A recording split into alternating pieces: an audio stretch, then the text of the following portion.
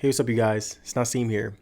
Now, Samsung really has been killing the game this year. They've been releasing top tier flagship smartphones all across the board, the S23 Ultra, the S23 Plus, and the Galaxy S23. And to no surprise, they ended the year with a banger, the Galaxy S23 FE. And it's pretty crazy to me because just when I thought that Samsung couldn't get any better, they make the ultimate affordable phone that knocks the competition out of the park. And when I say competition, a lot of you guys might think I'm talking about phones that are around 400 to 600 bucks, but no. I'm talking about $900 phones. We all know that the biggest draw of the Galaxy S23 FE is its $600 price tag, but what if I told you that this phone has given me the exact same experience as the Galaxy S23 Plus, and overall, it has a better value than the iPhone 15 Plus. Now, going further into my opinion surrounding the Galaxy S23 FE, let's do a quick comparison. The Galaxy S23 FE has a 6.4-inch display, which is damn near the exact same as the iPhone 15 Plus and S23 Plus. It has Gorilla Glass 5, which is very durable. It has a Snapdragon Gen 1 chip. In the real world, this and the Gen 2 chip are extremely identical in performance. The camera still takes top tier photos and videos, and the brightness is at 1400 nits, which is still very bright. And while using this phone,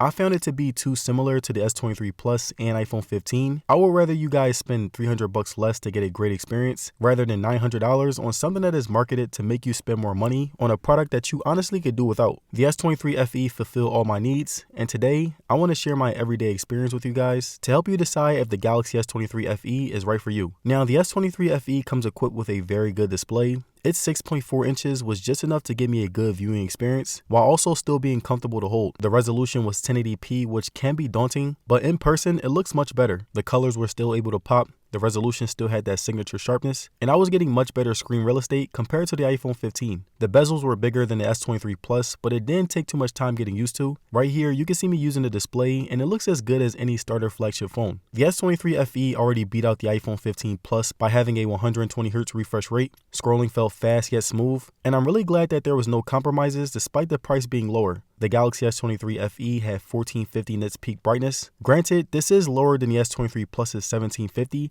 but when I compare it, they still are very identical, and I feel like unless you put them side by side, you won't notice it at all. Now, when it comes to the viewing experience of the S23 FE, it pretty much still looked the exact same as the regular S23 Plus. And it still gave me great visuals, so I wasn't disappointed in the slightest. The size was easily one of the best attributes that the FE had going for it. During my time using it, there was nothing better than to kick back and watch a couple of YouTube videos at the end of the day. But the first negative that I have about the viewing experience is the speakers. The speakers are loud, but the quality doesn't compare to the Galaxy S23 series. Again, I love how everything looks, but I would rather put my headphones on since the Galaxy S23 was much better in this category. The responsiveness still had that signature Samsung speed. Samsung phones in general have always had that advanced computer type of feel, and again, you don't have to compromise that with the Galaxy S23 FE. Going further into size, I love how the S23 FE was able to make the most out of the 6.4-inch display, from the very small hole punch camera to the ability to use swipe gestures. And I think that this is why I feel like the size is extremely identical to the S23 Plus.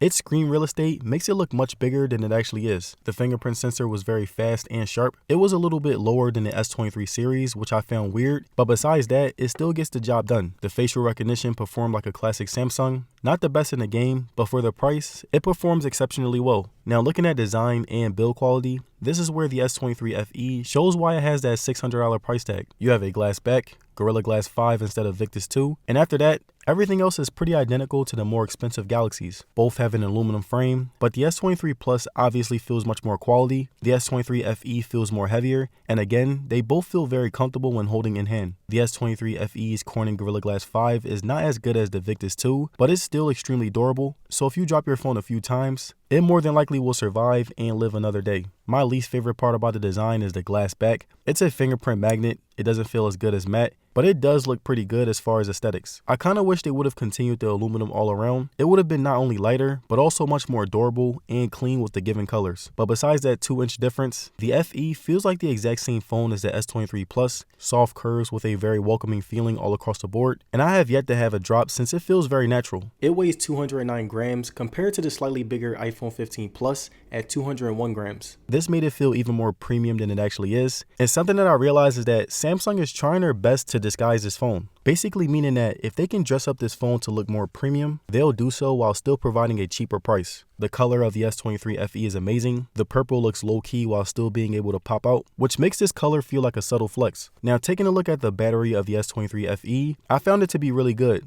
But I can't lie to you guys right now, I'm getting very little screen time because I feel like the average person buying this phone won't be getting 8+ hours of screen time a day. On a day-to-day basis, I'm doing some light gaming, checking emails, playing music while I'm in the gym, scrolling through Twitter and Instagram, and doing all of these things in a limited fashion allow me to have battery left to end the day. I usually get around 3 to 5 hours of screen time. I didn't try too hard to use it to the max, and I used my phone like most people would. This phone also has wireless charging and backwards charging, which is a huge plus. So again, for $600, you're keeping a lot of good features. Now, when it comes to wired charging, the S23 FE supports 25-watt charging, which I had no problems with. The price made this much more fair than the regular S23. So again, the Galaxy S23 FE is knocking out the competition one by one. Now, getting more into the insides of the S23 FE, the Snapdragon Gen 1 chip has not had the greatest reputation in the past, but it has been more refined to fit the S23 FE. I tested out some power-heavy games on it for a long time, and it didn't make the phone get as hot as it did when it first came out. Scrolling through the OS, speeds, and availability felt the same as a Gen 2 chip, so I had no complaints. Now, taking a look at camera, the Galaxy S23 FE takes some really good pictures, and I tested them in pretty much every environment. The FE's zoom photos never disappoint. They have more zoom than the iPhone 15 Plus while providing better quality. Very impressive.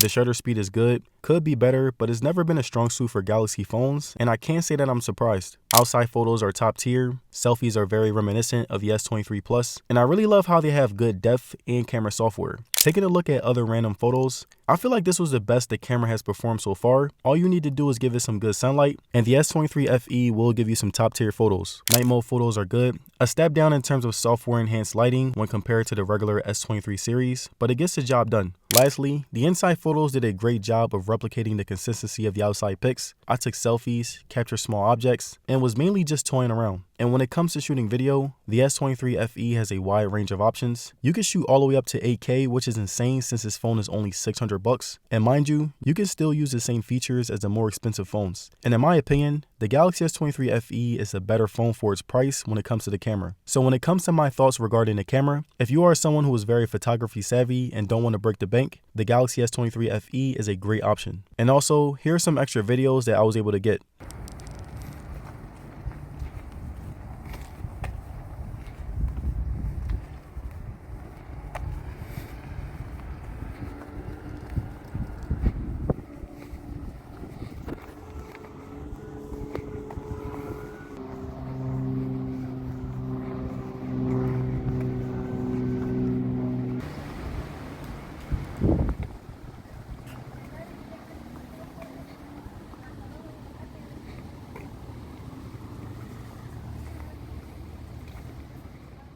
And alright you guys, that's my review on the Galaxy S23 FE after day-to-day use. It's a really great phone that beats out higher priced phones in terms of value. So if you're thinking about getting a Galaxy S23 or S23 Plus, I would say test this one out first, and you'll see that this is basically the same And let me know down in the comments, would you buy the Galaxy S23 FE? Let me know. And again, I want to thank you guys for watching today's video, and I'm going to see you guys on the next one.